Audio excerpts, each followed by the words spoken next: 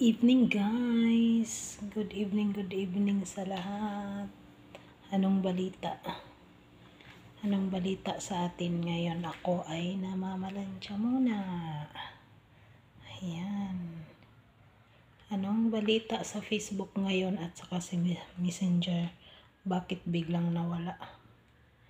Ayan, ako lang ba yung nawala ng Facebook at saka Messenger? Ano kayang nangyari? Ayan.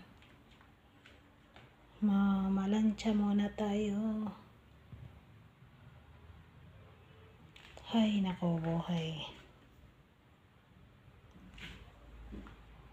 Buhay OFW ngayon. Palapit na naman ang Ramadan kaya busy na naman tayo nito. Maiba na naman yung time natin sa ating YT.